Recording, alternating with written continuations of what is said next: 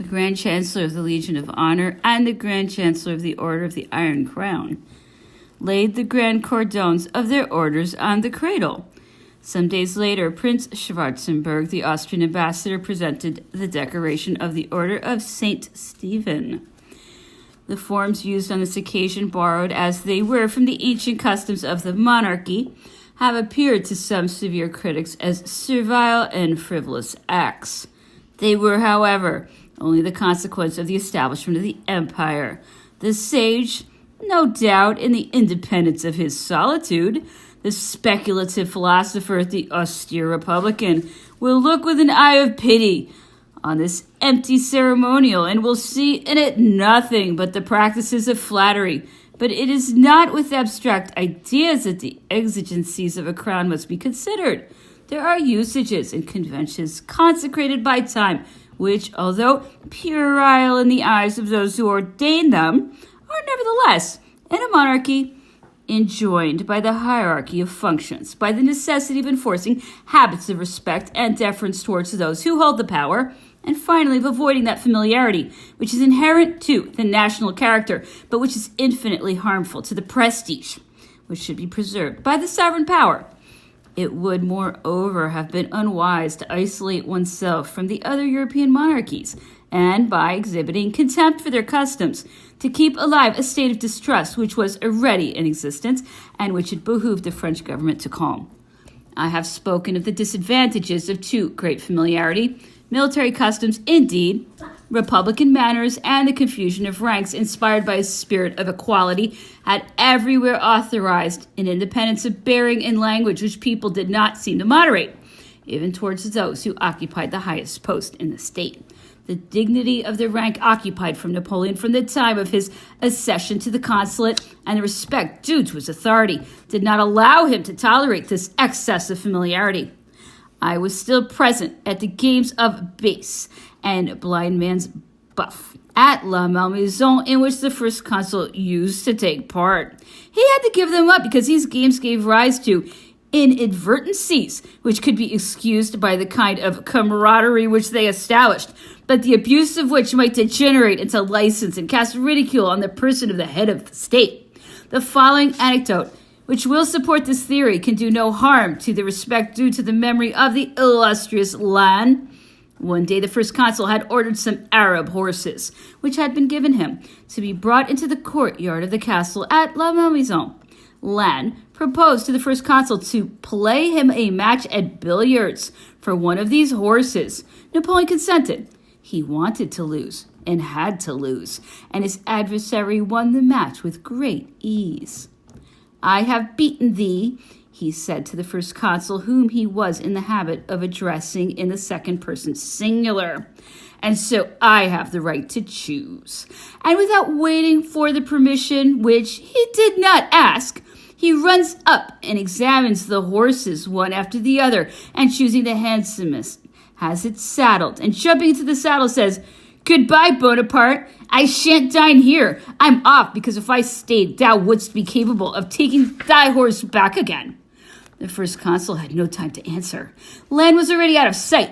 To prevent a repetition of such scenes, Napoleon thought it right to remove Lannes for some time, but to show him that his friendship for him was still the same, he appointed him to an honorable post, namely that of French ambassador to Lisbon. General Dutillus, whilst still a simple officer, used to address Berthier, who afterwards became Prince of Wagram and of Neufchâtel, in the second person singular. The first consul put a stop to this familiarity, at least in public. If Napoleon, recognizing the disadvantages of familiarity, had been obliged to forbid it, he was nonetheless good and indulgent in his usual intercourse. He was chary of praise from principle, but his satisfaction manifested itself in more affectionate ways, and by rewards which had sometimes to be waited for, but which always came at the right moment. There are few persons who, by reason of their offices or through particular circumstances, approached his person, who have not some instance of his kindness to relate, It would take too long to quote all the stories that might be cited in support of this statement. Another anecdote, however, which I will relate, will prove that Napoleon always endeavored to make amends for the pain he might have caused by the sharpness of his reproaches. During one of the last campaigns made by the emperor in person, Gudin, a son of the regretted general who was killed at Valutina in Russia, was with him as page in attendance. This page, seeing the emperor getting on horseback in the absence of the equerry on service, wanted to help him. In his eagerness, the young man did it in such a manner that the emperor hurt himself as he fell into the saddle and cried out involuntarily. Epithets of clumsy fellow, lout, and so on poured forth on the poor page, who slunk off in consternation at his clumsiness. The emperor, having recovered from his accident, set off at a gallop, followed by his escort. Having reached the place where he wanted to stop, and having spent some minutes in examining the country, he looked round and saw the doleful face of the page. Napoleon motioned to him to approach. The emperor told young Gudin that he was obliged to him for his attention and his assistance, but he added, "You should set about it differently. When you want to help a man onto horseback, you shouldn't offer him your left arm, but should support him with your right arm until he is in the saddle. Go, my lad, and remember that." So saying, Napoleon gave him a little pat on his cheek, which was a sign of goodwill on his part, and sent the page away comforted and grateful. I also wish to relate another occurrence, which chronologically is not in its place, but which can be told here in illustration of what I have said. I cannot omit it because it merits being told just as it occurred, seeing that either with a bad intention or perhaps without any such intention, it has been misstated. One day, whilst Napoleon was crossing the blue drawing room at St. Cloud, he found a woman there who was remarkably stout, and who waddled up to him as fast as her obesity would allow, of muttering some words which, owing to the emotion she was experiencing at seeing the emperor, were totally unintelligible. Napoleon, having asked her for her name, learned that she was Mademoiselle de Spau, a milliner, who, in spite of her marriage with Monsieur Hicks, had kept the name by which she was known in business. The emperor was very angry that, in spite of his formal and often repeated orders that no tradesmen coming to work upon the Empress Josephine's easygoing nature were to be admitted into the palace, a milliner should have dared to enter the apartments of the palace and present herself before him. He accordingly at once sent for the officer of the guard and sharply ordered him to put her out. This officer transmits the order to two gendarmes who were on duty, and these led the woman on foot to the bottom of the slope which leads from the bridge of St. Cloud to the palace. Poor Madame de Spau, who was so fat that she could hardly walk, on arriving at the bottom of the slope, asked to be allowed to get into her carriage, which was waiting for her because she was tired out, but this was refused. On arriving on the road to Paris, she asked where she was being taken to. The answer was, "À la force." The officer, seeing the emperor's excitement, had imagined that this was a severe order which had been given. Napoleon had ordered that Madame de Spau should be put to the door. The officer thought that he had said "la force." At the idea of prison, Madame de Spau fell into a violent fit of hysterics. Her husband, who accompanied her, was in a state of great distress about his wife's position, when a savior appeared in the form of a man who ran up and told the gendarmes to set her free.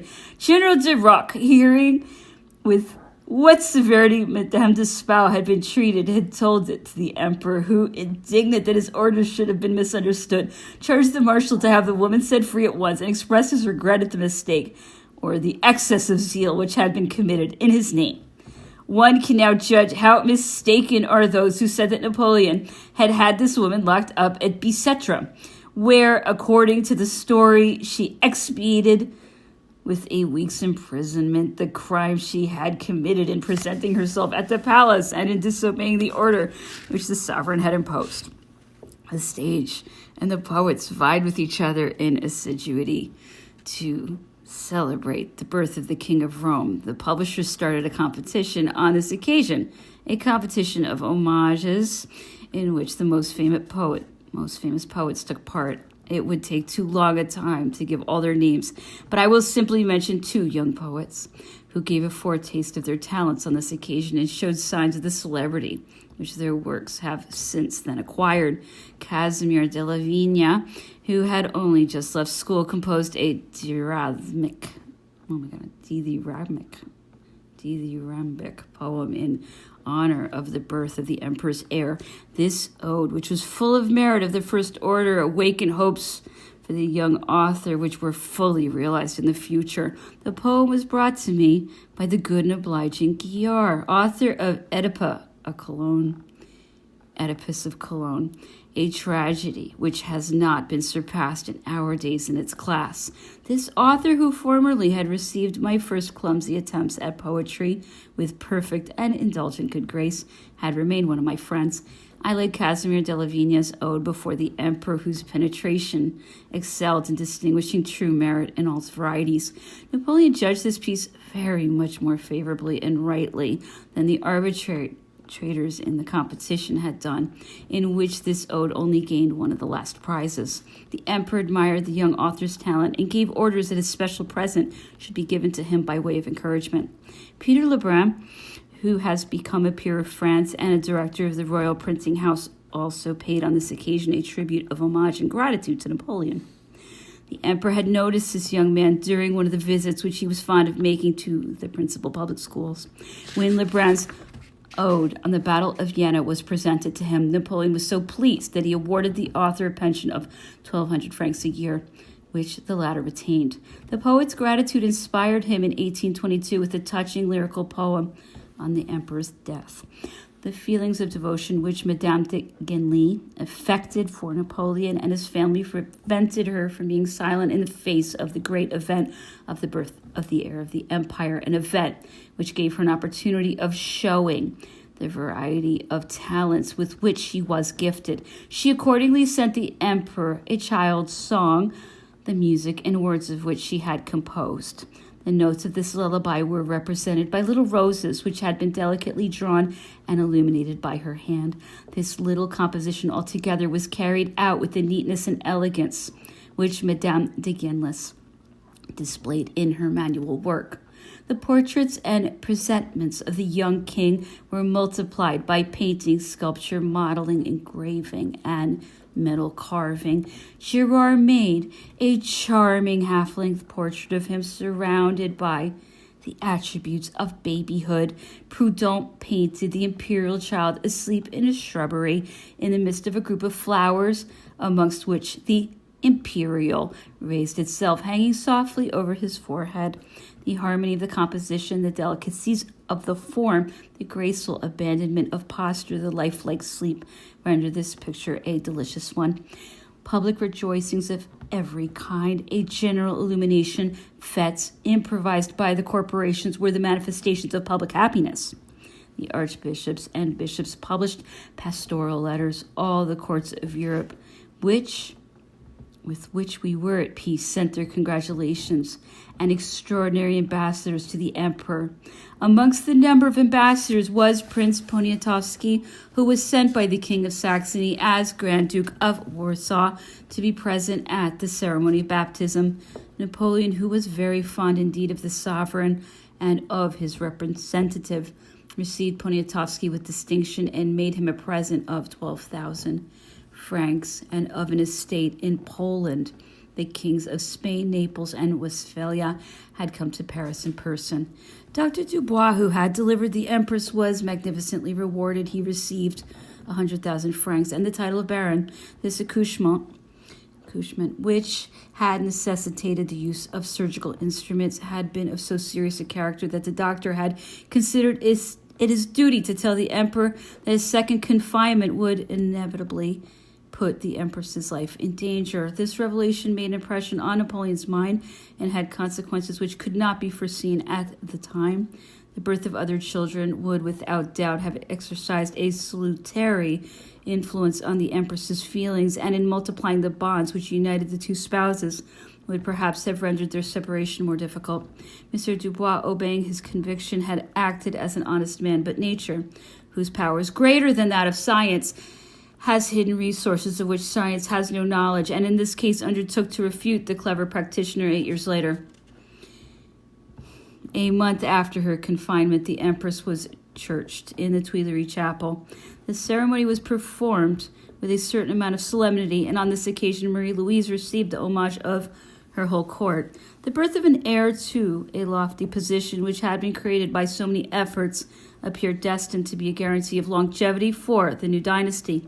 The joy which was manifested by all classes of society was principally caused by the hope everywhere entertained of seeing this child become the genius of peace and close at last the gates of the temple of Janus. The emperor had no such illusions. England was not yet discouraged. Her intrigues and her gold continued to exercise their influence over the continental powers, and the future in Napoleon's eyes was full of storms.